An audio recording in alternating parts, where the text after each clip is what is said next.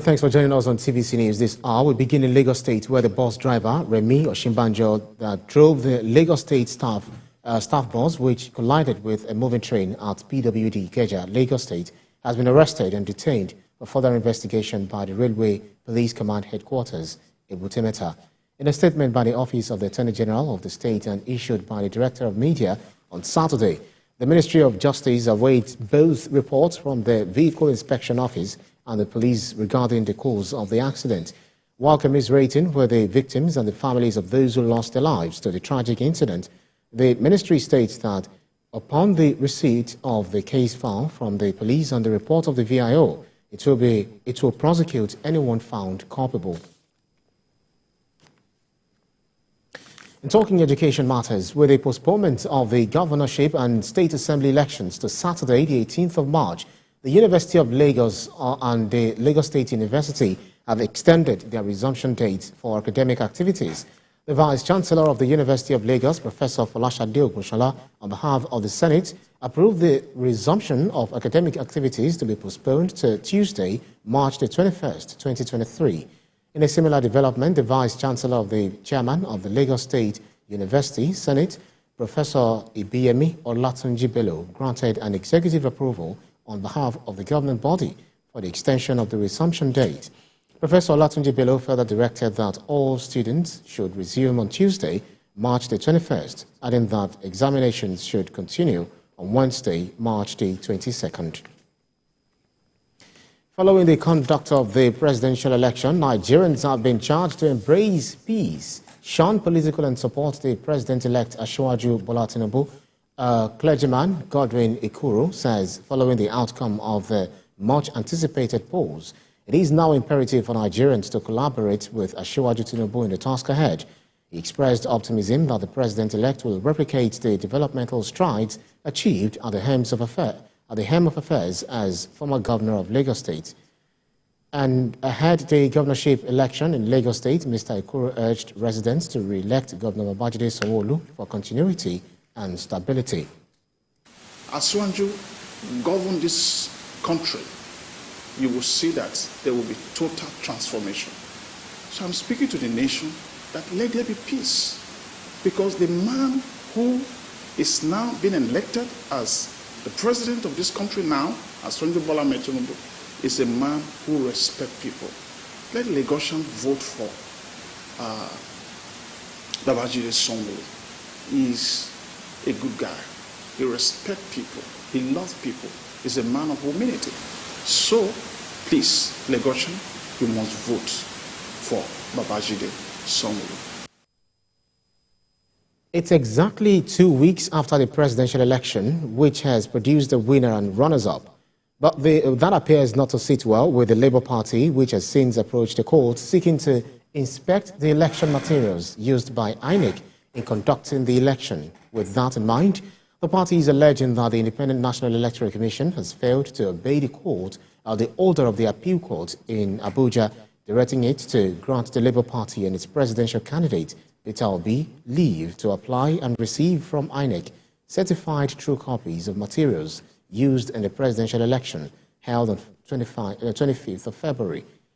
The chief spokesman of the Labour Party Presidential Campaign Council, Yunus Otanko, claimed that the action of INEC on that reference also constitutes an act of judicial insubordination and willful refusal to comply to the order of the court.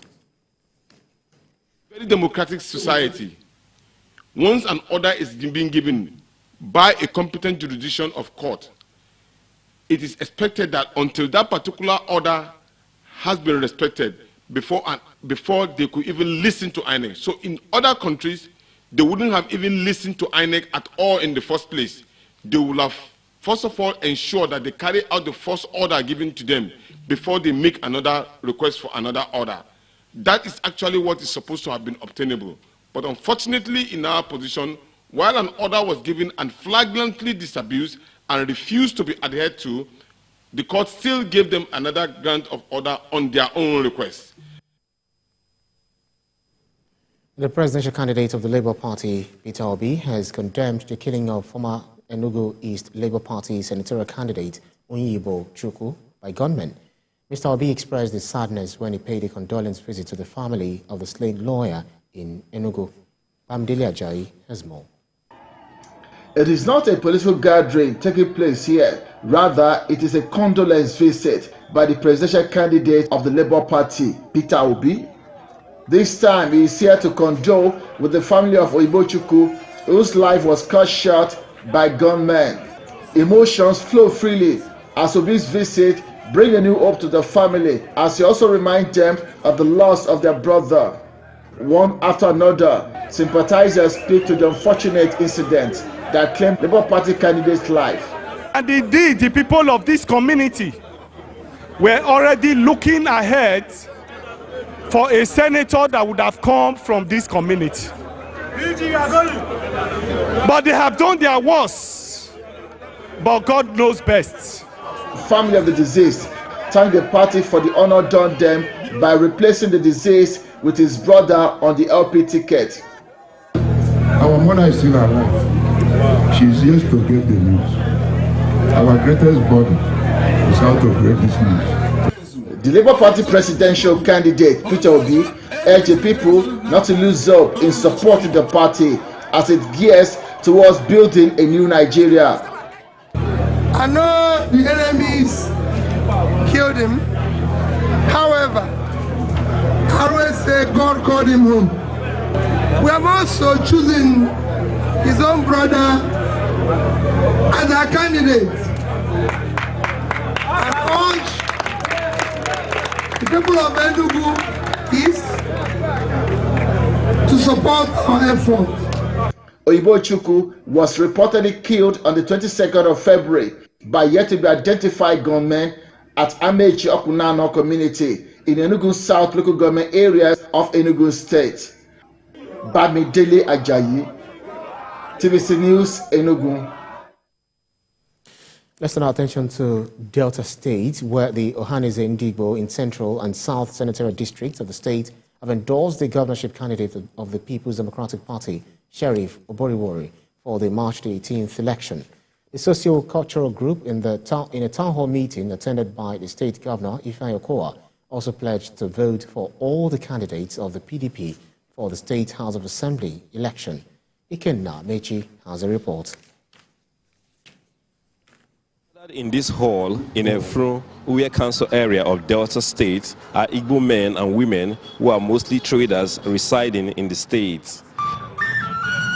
For them, the quality performance of Governor Ifeanyi Okowa has endeared them to support Sheriff Oboriwori, the PDP governorship candidate.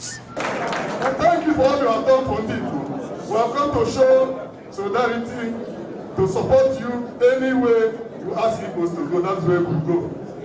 You have done a lot, you have given us so much, and this time around is to return what we have done for us by voting for Right Honorable Sheriff Oboriwori.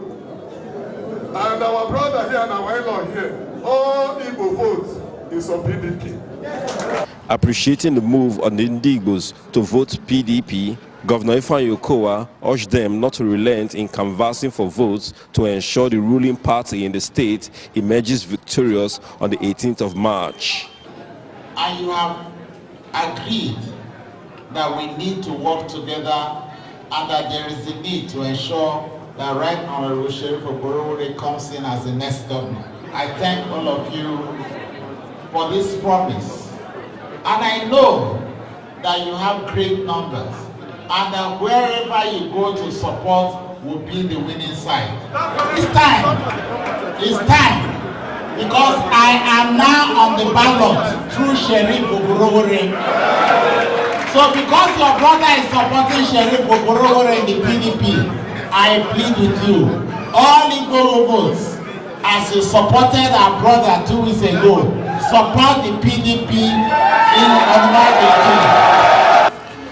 Though the postponement of the election might have been greeted with mixed reactions across the nation, but this socio-cultural group in Delta say they have made up their mind who they will vote for.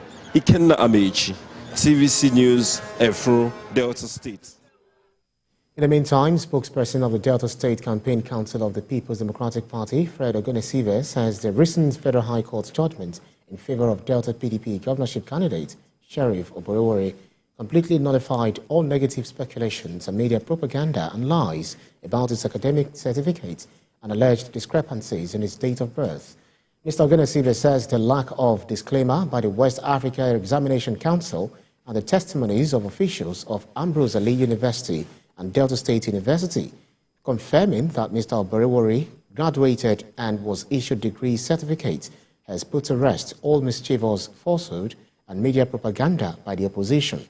He commended the judiciary for ruling that Mr. Oborewori's academic certificates, particularly his degree and master's degree in political science, as well as other professional certificates obtained from other credible institutions of higher learning, exceeded the requirement stipulated in the Constitution. The PDP campaign spokesperson and executive assistant on communications of Delta State Governor urged residents to vote Sheriff Oborewori as governor of the state come Saturday, the 18th of March. The People's Democratic Party in Ogun State is optimistic of victory ahead next Saturday's governorship and State House of Assembly elections. This follows the settlement of long-time political battle between the governorship candidate Oladipupo Adebutu and one of his closest rivals, Segun Showunmi. The two gladiators jointly addressed a stakeholders meeting after a closed-door meeting which lasted for about an hour at Mr. Showunmi's residence in Abeokuta. The politicians agreed to work together for the success of the party at the polls. The event was attended by the PDP chairman in Ogun State and other major stakeholders in the party. Continue to drag us back while they don't contribute much to the party. God has removed all legal encumbrances, so we thank God that we are being freed of physical encumbrances as well as these people that are sharing two minds. If they must have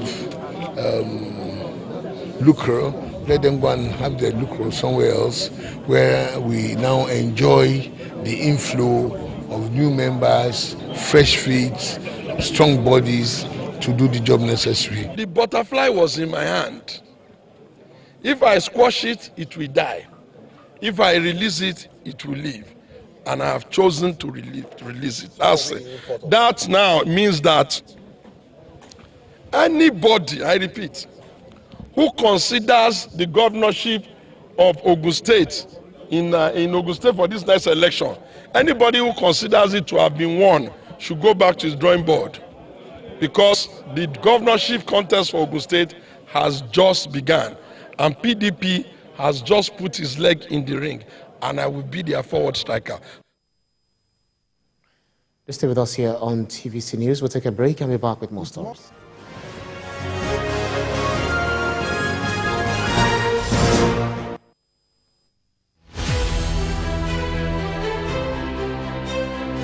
It's the most visited state in Africa. As the fifth largest economy on the continent, covering Lagos and its government is no mean feat. It's a busy beat.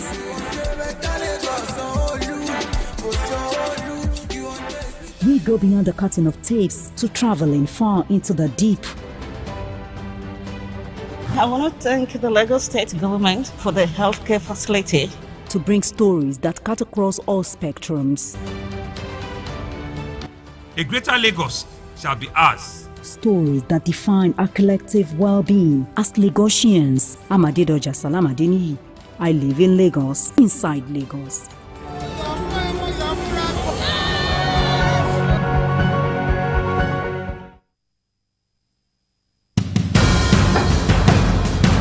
Information is power, information is security, information is knowledge. On Labor Lens, we believe that working people around the world have real questions of their own. They want to know how the world of work operates, what it means to the employer of labor, how policies affect workers in the workplace. On Labor Lens, I ensure